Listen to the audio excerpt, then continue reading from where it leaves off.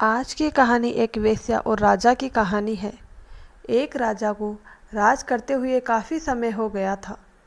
बाल भी सफ़ेद होने लगे थे।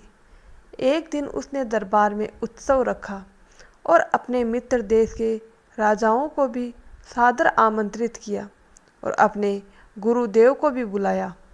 उत्सव को रोचक बनाने के लिए राज्य के प्रसिद्ध नर्तकी को भी बुलाया गया। राजा ने कुछ सुर मुद्राएं अपने गुरुजी को भी दे दी ताकि नर्तकी के अच्छे गीत और नृत्य पर वे भी उसे पुरस्कृत करें। सारी रात नृत्य चलता रहा। ब्रह्म मुहूर्त की बेला आई। नर्तकी ने देखा कि मेरे तबले वाला उग रहा है, यानी सो जा रहा है। तबले वाले को सावधान करना जरूरी है, वरना राजदंड दे। तो उसको उगाने के लिए नर्तकी ने एक दोहा पढ़ा। घड़ी गई थोड़ी रही, या में पल पल जाए, एक पल के कारणे यूं ना कलंक लगाए। अब इस दोहे का अलग अलग व्यक्तियों ने अपने अनुरूप अर्थ निकाला। तबले वाले सतर्क होकर बजाने लगा। जब यह दोहा गुरुजी ने सुना तो गुरुजी ने सारी मोहर उस नर्तकी को अर्पण कर दी। दोहा सुनते ही राजकुमारी ने भी अपना नौलख का हार नर्तकी को भेंट कर दिया। दोहा सुनते ही राजा के राजकुमार ने अपना मुकुट उतारकर नर्तकी को समर्पित कर दिया। राजा बहुत ही अचंभित हो गया और सोचने लगा कि रात भर से नृत्य चल रहा है, यह क्या अचानक एक दोहे से सब अपनी मूल्यवान वस्तुएं बहुत ही खुश होकर नर्तकी को समर्पित कर रहे हैं। राजा सिंहासन से उठा और नर्तकी को बोला, एक दोहे द्वारा एक सामान्य नर्तकी होकर तुमने सबको लूट लिया।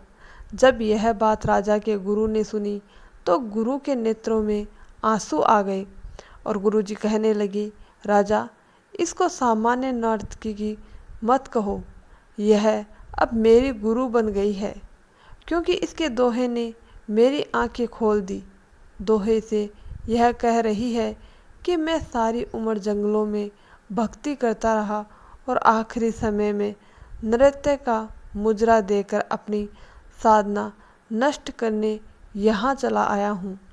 भाई, मैं तो चला। यह कहकर गुरुजी तो अपना कमंडल उठाकर जंगल की ओर चल पड़े। राजा की लड़की ने कहा, पिताजी, मैं जवान हो गई हूँ, आप आंखें बंद किए बैठे हो, मेरा विवाह नहीं कर रहे हो।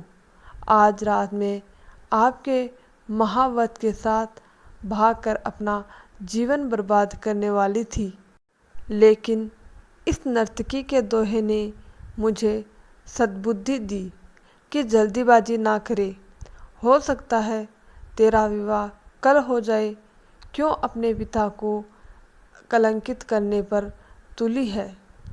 युवराज ने यह कहकर समझाया कि महाराज, आप वृद्ध हो चले हैं, फिर भी मुझे राज्य नहीं दे रहे हैं, तो मैं आज रात ही आपके सैनिकों से मिलकर आपको मारने वाला था।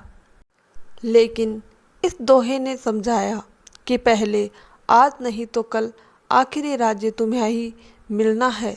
क्यों अपने पिता के खून का कलंक अपने सिर पर ले रहा है। थोड़ी देर और सब्र रख। जब यह सब बातें राजा ने सुनी तो राजा को भी आत्मज्ञान हो गया। राजा के मन में वैराग्य आ गया। राजा ने तुरंत फैसला लिया कि क्यों ना मैं भी अपने युवराज का राज तिलक कर दूं। फिर क्या था, उसी समय राजा ने युवराज का राज तिलक किया और अपनी पुत्री को कहा, पुत्री, दरबार में से इतने सुंदर राजकुमार आए हुए हैं, तुम अपनी इच्छा से किसी भी राजकुमार के गले में वरमाला डालकर पति रूप में चुन सकती हो। राजकुमारी ने ऐसा ही किया और राजा सब त्याग कर जंगल में गुरु की शरण में चला गया। यह सब देखकर नर्तकी ने सोचा, मेरे एक दोहे से इतने लोग सुधर गए, लेकिन मैं क्यों नहीं सुधर पाई। इस समय नर्तकी में भी वैराग्य आ गया और उसने इस समय निर्णय लिया कि आज से मैं अपना नृत्य बंद करती हूँ। मेरे प्रभु से, मेरे पापों से मुझे क्षमा करना। बस आज से मैं सिर्फ तेरा ही नाम लूँगी। तो दोस्तों, सही कहते हैं कि थोड़ी सी अच्छी सोच इंसान को एक महान व्यक्ति बना देती है। दोस्तों, आपको हमारी ये छोटी सी कहानी कैसी लगी? हमें आपकी राय कमेंट बॉक्स में ज़रूर बताइए। अगर कहानी अच्छी लगी तो वीडियो को लाइक करके चैनल को सब्सक्राइब ज़रूर कर दें। धन्यवाद दोस्तों।